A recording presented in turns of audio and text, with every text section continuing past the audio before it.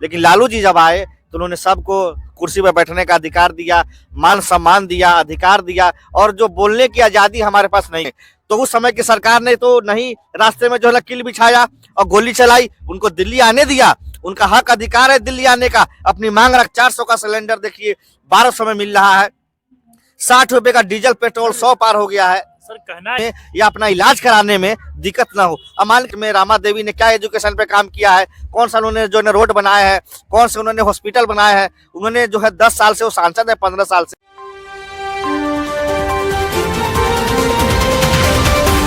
सबसे पहले स्वागत है सर आपका यादव खबर में। बहुत बहुत धन्यवाद आपको और आपके जो है ना चैनल के जितने भी सुनने वाले हैं, सबको बधाई और शुभकामनाएं। सर क्या आप 3 मार्च को गांधी मैदान पटना पहुंचे थे? जी जी हाँ, बिल्कुल गए थे और अपने साथ एक बस लेकर के गए थे और काफी जनता का उत्साह हमने देखा कि पूरे बिहार से जितना जनता ने समर्थन दिया है और जितना हर जाति धर्म के लोगों ने लालू जी को देखने और सुनने के लिए आए। और उसमें हमारे नेता राहुल गांधी जी, मल्लिकार्जुन जी और हमारे अखिलेश प्रसाद जी जो बिहार के प्रदेश अध्यक्ष हैं, वो सब थे। और सारे महागठबंधन के जितने भी हमारे नेता हैं सारे वहाँ आए हुए थे। और ऐसा लगा कि जैसे पटना पूरा जनसैलाब से जो है भर गया है। इतना ज्यादा जनसंख्या में भीड़ हिंदुस्तान की आज़ादी के बाद कभी नहीं हुई जितना 3 मार्च को हुआ है। और लालू जी हमारे ऐसे नेता हैं जिनको सुनने और देखने के लिए पूरे बिहार की जनता उत्साहित रहती है, क्योंकि गरीबों और जो है ना गुरबाओं की आवाज अगर कोई है बिहार में और पूरे देश में तो लालू जी हैं। मैं आपको कहना चाहूंगा कि लालू यादव जी का देन है जो आज हम और आप दलित, पिछड़ा, अति पिछड़ा, माइनॉरिटी के जो लोग हैं उनको मान सम्मान जो मिलता है पूरे देश में, वो लालू यादव जी का दिया हुआ है। नहीं तो कहाँ किसी बैकवर्ड को कहीं भी मान सम्मान दिया जाता था, चाहे वो थाना हो, कोर्ट हो, कचहरी हो, सबको लाइन में खड़ा कराया जाता था। लेकिन लालू जी जब आए तो उन्होंने सबको कुर्सी पर बैठने का अधिकार दिया, मान सम्मान दिया, अधिकार दिया, और जो बोलने की आजादी हमारे पास नहीं थी वो हमें आजादी दी। तो हम इस चीज को नहीं भुला सकते हैं। और 2024 का जो लोकसभा चुनाव होगा उसमें आदरणीय लालू यादव जी के वाहन पर जो उन्होंने कहा कि चलो दिल्ली जो है ना कब्जा कर लेना है, तो इस बार 2024 में दलित, पिछड़ा, अति पिछड़ा और माइनॉरिटी जो है ये सब लोग मिल करके दिल्ली पे कब्जा करने जा रहे हैं और मोदी जी को उखाड़ फेंकेंगे, क्योंकि मोदी जी संविधान विरोधी, लोकतंत्र विरोधी, और इस देश में एक जो होता है लोकतंत्र जिसकी हत्या कर रहे हैं। हिंदुस्तान की आज़ादी में पहली बार आपने देखा होगा कि 146 मेंबर ऑफ पार्लियामेंट, चाहे वो राज्यसभा के हो या लोकसभा के हो, जिसको निष्कासित कर दिया गया भाजपा की सरकार में। और एक ऐसा बिल लाया गया जिसमें इलेक्शन कमीशन के जो आयुक्त होते हैं उसको नियुक्ति करने के लिए भारत की आज़ादी के बाद अब तक ये था कि chief justice of India supreme court के, और नेता प्रतिपक्ष लोकसभा, और नेता देश के जो प्रधानमंत्री, ये 3 लोग जो है ना उस में जो कमेटी में होते हैं। और जो तीनों में से जिनका बहुमत ज्यादा होता है वो इलेक्शन कमीशन का जो है आयुक्त को बैठाता है। लेकिन प्रधानमंत्री जी एक ऐसा बिल लाए जो खुद जो है अपने मंत्रिमंडल के आदमी को शामिल कर लिया और सुप्रीम कोर्ट का चीफ जस्टिस को हटा दिया, जिससे न्यायपालिका जो है उनसे नाराज है। और देश में जिस तरह से न्यायपालिका पे दबाव बनाया जा रहा है, आपको बता दूं कि आजादी के बाद पहली बार सुप्रीम कोर्ट के चीफ जस्टिसों ने आकर के कहा प्रेस कॉन्फ्रेंस करके, 2016-17 की बात है, कि हमको न्यायपालिका में निष्पक्ष काम नहीं करने दिया जा रहा है। तो ये सरकार हिटलर शाही सरकार है, दलित विरोधी है, गरीब विरोधी है, युवा विरोधी है, किसान विरोधी है। और इस देश में युवा बेरोजगार है। किसानों को जो एमएसपी का वादा किया था उन्होंने, वो वादा से उन्होंने मुखर गए। आज देखिए हरियाणा बॉर्डर हो, चाहे राजस्थान बॉर्डर हो, चाहे आपका जो पंजाब बॉर्डर हो, चारों बॉर्डरों पे किसान दिल्ली आना चाहते हैं। क्या मैं पूछना चाहता हूं कि दिल्ली किसी के बाप की नहीं है। आजादी के बाद सब लोगों ने मिल करके देश की दिल्ली को राजधानी माना है। और राजधानी में आपको बता देता हूं कि राजीव गांधी प्रधानमंत्री थे, उनकी मां का निधन हो गया था। उसके बाद वो एक कार्यक्रम करने जा रहे थे कि किसान के नेता थे महेंद्र टिकैत, वो अपने लाव लश्कर के साथ दिल्ली पहुंच गए आंदोलन करने। तो उस समय की सरकार ने तो नहीं, रास्ते में जो है लकीर बिछाया और गोली चलाई, उनको दिल्ली आने दिया। उनका हक अधिकार है दिल्ली आने का, अपनी मांग रखने का। हमारी यूपीए सरकार थी 2012 में, अन्ना हजारे, रामदेव बाबा, बहुत सारे लोग दिल्ली में आके आंदोलन किए और हम पे झूठे आरोप लगाए कि 2G घोटाला हुआ, ये घोटाला हुआ, वो घोटाला हुआ। लेकिन प्रधानमंत्री मोदी की सरकार में 10 साल हो गए, आज हमारा एक भी नेता जेल नहीं गया, एक भी नेता पे FIR नहीं हुआ। झूठे आरोप लगा करके हमारी यूपीए सरकार को, ऐसी सरकार थी हमारी यूपीए सरकार, जिसमें लालू यादव रेल मंत्री थे, उन्होंने रेल का किराया नहीं बढ़ने दिया, रेलवे को इतना कमा करके दिया कि आज तक इतिहास में रेलवे का बजट उससे बड़ा नहीं हुआ है। तो हम ये बताना चाहते हैं कि ये सरकार गरीब विरोधी है। 400 का सिलेंडर देखिए 1200 में मिल रहा है, 60 रुपए का डीजल पेट्रोल 100 पार हो गया है। सर कहना यह है कि जो 3 मार्च की जो महारैली में अब तक की सबसे बड़ी रैली कहा जा सकता है, तो क्या ये रैली लगता है कि 2024 के जो लोकसभा चुनाव है वो कहानी बदल देगी? बिल्कुल, देखिए बिहार एक ऐसा जगह है जहां से देश और का जो है दशा बदलता है। हम आपको बता दें, जयप्रकाश नारायण जेपी हो, चाहे राम मनोहर लोहिया हो, जो कर्पूरी ठाकुर हो, इन्होंने देश की इंदिरा गांधी सरकार को जो है ना हिलाने का काम किया। वो बेशक हमारी पार्टी थी, इमरजेंसी लगाई, वो जो है गलत किया। हमारे नेता राहुल गांधी ने उसको खंडन किया कि इमरजेंसी नहीं लगाना चाहिए था। तो ये बिहार है और बिहार पूरे देश को दशा और दिशा देता है। आपको बताना चाहते हैं कि ये बिहार ही एक ऐसी जगह है जहां से आबो हवा चलती है और उसी आबो हवा को पूरे देश और दुनिया मानती है। इस बार नरेंद्र मोदी के खिलाफ जो 3 मार्च को लालू यादव जी के नेतृत्व में और महागठबंधन के नेतृत्व में जो हवा चली है, ये पूरे देश में हवा बह रही है और पूरे देश मिलकर के मोदी की सरकार को उखाड़ फेंकने का काम करेगी। जितेंद्र जी, जब 3 मार्च को गांधी मैदान में जब तेजस्वी यादव बोल रहे थे कि वो समय अब चला गया कि कुआं की, इस पे आप क्या कहना चाहते हैं? देखिए, उन्होंने बहुत अच्छी बात कही कि कुआं किसी की बाप की नहीं है, ना हो सकती है। अब तो हमारे बैकवर्ड दलित पिछड़ा इतने मजबूत हो गए हैं लालू जी के नेतृत्व में कि अब जो है उनको पानी पिला देगा और कुआं जो है ना खुद अपने अंदर जो कब्जे में ले लेगा और संसद को जो है ना कुआं बना लेगा और सारा पिछड़ा अति पिछड़ा दिल्ली पर कब्जा करने जा रहा है। लालू जी के आह्वान पे हम लोग तैयारी कर चुके हैं कि 2024 में दिल्ली पे अगर कोई बैठेगा तो दलित और पिछड़ा अति पिछड़ा का बेटा बैठेगा। भैंसी चराने वाले का बेटा और जो है सुअर चराने वाले का बेटा, बकरी चराने वाले का बेटा, हजाम जो है बाल बनाने वाले का बेटा देश के पार्लियामेंट में बैठेगा और देश पे राज करेगा। चंद जो है अरबपति और जो है ना बड़े बड़े जो है ना अरबपति के लिए काम करने वाले नरेंद्र मोदी अब इस देश में नहीं बैठने वाले हैं।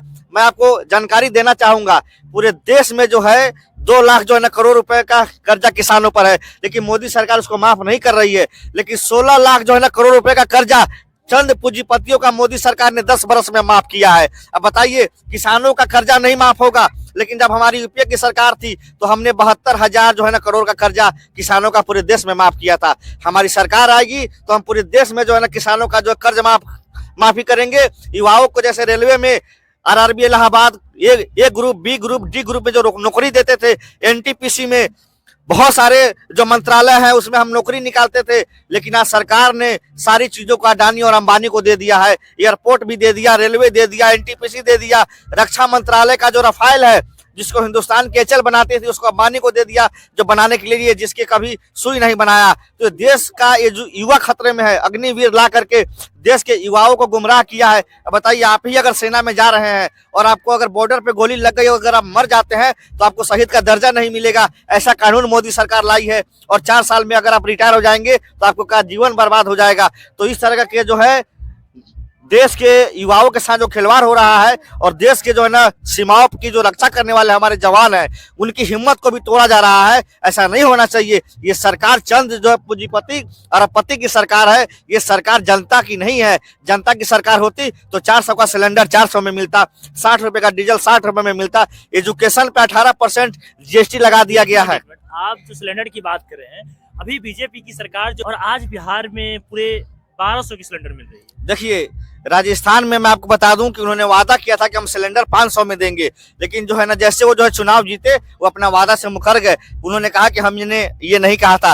लेकिन हमारी सरकार देखिए कर्नाटक में है, वहां पे हम 500 का सिलेंडर दे रहे हैं। महिलाओं को जो है ना फ्री यात्रा दे रहे हैं। वो सिलेंडर आज 1200 में मिल रही है, वो सिलेंडर 500 और 400 में भी मिल सकती है, घरों तक जा सकती है, लेकिन सरकार चुनावी दौर में ही देकर ये गुमराह करने का काम कर रहा है। सरकार बिल्कुल जो है देश के शुरू से ही जो है गुमराह किया। सालाना 2 करोड़ युवाओं को रोजगार देंगे, ये भी जुमला साबित हुआ। 15-15 लाख रुपए खाते में आएंगे, ये भी जुमला साबित हुआ। महंगाई कम करेंगे, ये भी जुमला साबित हुआ। आज हिंदुस्तान के इतिहास में 50 सालों का इतिहास उठा के देखिए, इतनी महंगाई कभी नहीं थी। युवा बेरोजगारी दर सबसे ज्यादा है। भुखमरी पे हमारा देश कहाँ चला गया, बेरोजगारी में हमारा देश कहाँ चला गया। ये देश की सरकार जो है मोदी सरकार हिटलरशाही सरकार है और ये चंद पूंजीपति की सरकार है। गरीब और गुरबाओं को गरीब रखना चाहते हैं और अमीर। देखिए, अंबानी ने अपनी बेटे के शादी में 72-74 करोड़ रुपए खर्च करके एक डांस करने वाली महिला को बुलाया। अगर वही 72-74 करोड़ रुपया किसी गरीब इलाका में दे दिया गया होता तो वहां के लोगों के घर पक्के मकान बन जाते। लेकिन हमारी सरकार चंद पूंजीपति की सरकार है। अब देखिए कि कहीं खाने के लिए 2 वक्त की रोटी नहीं है, एक वक्त खा के लोग सो जा रहे हैं। लेकिन वही एक भारत है जहां अडानी अंबानी को इतना संरक्षण दिया जाता है कि उनके करोड़ों अरबों की शादी हो रही है। ये है दो भारत का एक मिसाल है आपके सामने। तो जितेंद्र जी, आप जहां से बिलोंग करते हैं जी शिवहर लोकसभा के अंतर्गत आती है जी तो इस बार शिवहर लोकसभा पे थोड़ी सी हम बात करने की कोशिश करेंगे। जी इस बार इससे पहले जो उम्मीदवार थे लोकसभा के, फैशन अली जी थे, जी। लेकिन इस बार कहीं ना कहीं 4 उम्मीदवार हैं। तो क्या लगता है कि इस बार शिवहर लोकसभा में कौन से उम्मीदवार होंगे, किसको टिकट मिलेगी? देखिए, इंडिया गठबंधन से जो भी हमारे उम्मीदवार आएंगे उनको हमारा काम होगा कि उनको यहाँ से जो है ना विजय बना के भेजें। और इंडिया गठबंधन के हम बड़े आला नेताओं से ये निवेदन कर रहे हैं कि आप ऐसा कैंडिडेट दीजिए शिवहर लोकसभा में जो यहाँ से हम सीट निकाल ले जाएं। क्योंकि पिछली बार जो आपने दिया था वो एक बाहरी कैंडिडेट थे और एक मुस्लिम कैंडिडेट थे, तो यहाँ पे भाजपा हिंदू मुसलमान करके अपना जो है जीत गई थी चुनाव। लेकिन इस बार हमें समझ के, सोच समझ के टिकट देना है। लेकिन इस बार पहुंचे और थोड़ी सी जानने की कोशिश की तो लोगों का कहना है कि अब की बार 4 कैंडिडेट। पहले स्थान पे हैं अमित सिंह टुन्ना, दूसरे स्थान पे हैं फारूक शेख और तीसरे पे हैं संजय गुप्ता जो बेलसर विधानसभा के वर्तमान अभी आरजेडी विधायक है, और चौथे पे आ रहे हैं सैयद फैशन अली साहब। तो कहीं ना कहीं किनको लगता है कि इस बार शिवहर लोकसभा की टिकट दी जाएगी? देखिए, तो कौन हकदार होना चाहिए? देखिए, ये तो जो है ना पार्टी वाला कमान का जो है ना डिसीजन होगा कि वो किसको टिकट देना चाहती है, और ये सब जो है ऊपर लेवल की बात है। लेकिन हाँ, इतना जरूर कहना चाहते हैं कि पार्टी ऐसे उम्मीदवार को टिकट दे जो जनता के बीच में 5 साल मेहनत किया हो और जनता से उनका आमना सामना हुआ हो। ऐसे कैंडिडेट को न उतारा जाए जिससे जनता का कोई जो सरोकार नहीं हो, और जब चुनाव आते हो तो आए, उसके बाद वो कहाँ गए उनका कोई पता नहीं चलता है। तो टिकट जो भी दें सोच समझ के दें, और जो भी कैंडिडेट आएगा महागठबंधन से हम उनका स्वागत करेंगे और उनके लिए हम लड़ाई लड़ेंगे। तो क्या इस बार से जो एक गठ माना जाता है बीजेपी की, क्या यह कुर्सी बदल जाएगी इस बार? बिल्कुल 100% जनता इंतजार कर रही है कि हम जो 10 साल 5 साल जो हम अत्यंत सह रहे हैं। अब देखिए, बिहार में आप भी बहुत जो है ना करीब के रहने वाले हैं, जो पताही के रहने वाले हैं, हम भी फेनारा से रहने वाले हैं। आज भी यहाँ से कोई सरकारी बस नहीं चलती है। पटना जाना हो तो 300 रुपए जाने का, 300 रुपए आने का, 600 रुपए किराया लगता है। अगर मान के चलिए कि आपके हमारे यहाँ से अगर सरकारी बस की सुविधा हो जाए पताही से या आपके जो फेनारा से या मधुबन से, तो हमें यहाँ से 200 रुपए लगेंगे पटना आने जाने का। तो यहाँ की आम जनता की जो अपेक्षाएं हैं उस पर रामा देवी जी सही से काम नहीं किया। उन्होंने सिर्फ अपना जेब भरने का काम किया, अपना घर भरने का काम किया। आज भी देखिए, कोई मेडिकल कॉलेज हमारे शिवहर में या उनके लोकसभा में नहीं बनाया गया है। क्यों नहीं बनाया गया है? क्योंकि वो लोकसभा में कभी इस चीज की मांग नहीं कर रही हैं। उनको चाहिए कि अपने क्षेत्र में और अपने लोकसभा में मेडिकल कॉलेज लाएं, जगह जगह पे जो ना सरकारी बस स्टॉप हो, जो आम आदमी को पटना आने जाने में या अपना इलाज कराने में दिक्कत ना हो। अब मान के चलिए कि जो पटना जाएगा उसको 600 रुपए होंगे तब ना जाएगा, और अगर 600 रुपए होंगे तो फिर वो किसी अच्छे हॉस्पिटल में इलाज कराएगा, वो क्यों पटना जाएगा सरकारी हॉस्पिटल में? तो जनता के बहुत सारे ऐसे जो सवाल हैं, एजुकेशन का ले लीजिए। एजुकेशन क्या है आज के डेट में? रामा देवी ने क्या एजुकेशन पे काम किया है? कौन सा उन्होंने जो है रोड बनाए हैं, कौन से उन्होंने हॉस्पिटल बनाए हैं? उन्होंने जो है 10 साल से वो सांसद है, 15 साल से उन्होंने कुछ नहीं किया है, जनता को लूटने का काम किया है। जितेंद्र जी, जनता की एक और समस्या है, आज चिड़िया विधानसभा से अगर लोकसभा जाना हो वो जनता ही जानती है जी। तो क्या लगता है कि आपकी जो लोकसभा उम्मीदवार आएंगे, जो आपकी सांसद बनेंगे पार्टी से, क्या इस समस्या को सॉल्व करेंगे? बिल्कुल हम सॉल्व करेंगे और इस पे हम लड़ाई लड़ेंगे और हम आगे बढ़ेंगे। ऐसे ही खबर देखने के लिए बने रहिए हमारे साथ। मैं हूं लालू यादव, कैमरामैन अजीत कुमार के साथ आप देख रहे हैं माई चैनल यादव खबर।